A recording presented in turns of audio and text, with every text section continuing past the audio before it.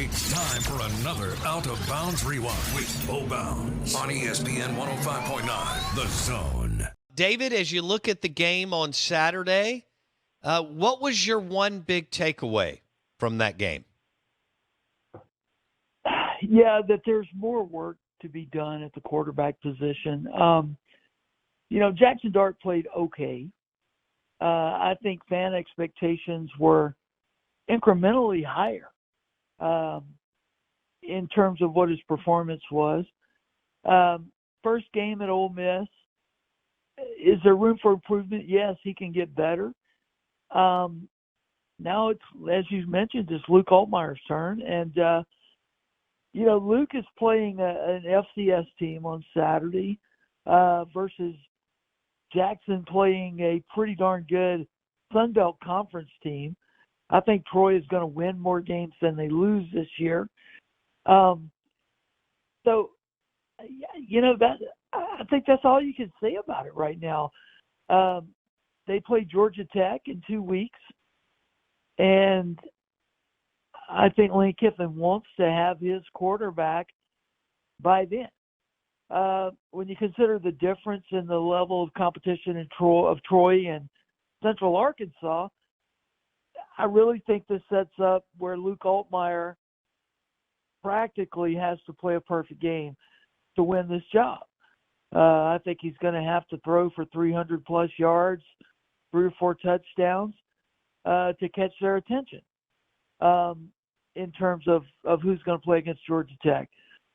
And I know that's a little discombobulated, but the whole quarterback situation at Ole Miss is right now.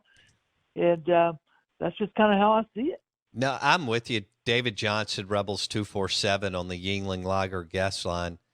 Yeah, you laid it out perfectly.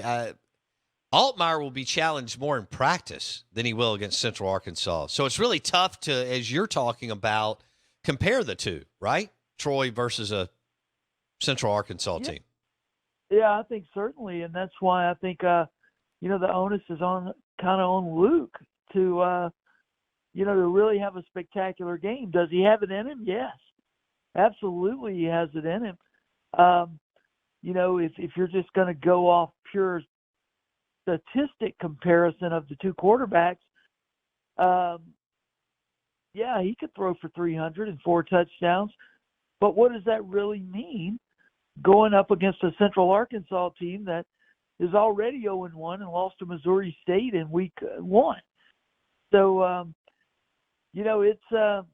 it's kind of odd. I don't think you want to go to Atlanta and play Georgia Tech on week 3 with 2 quarterbacks. I think you want to make a decision as to who your starter is going to be and going to be for the rest of the year. But as Lane pointed out, they're trying to get as much analytical data on these 2 quarterbacks as they can before they make the decision.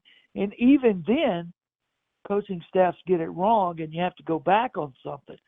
So just a peculiar situation here. And, I mean, nobody's seen these 2 guys play and perform more than Lane Kiffin.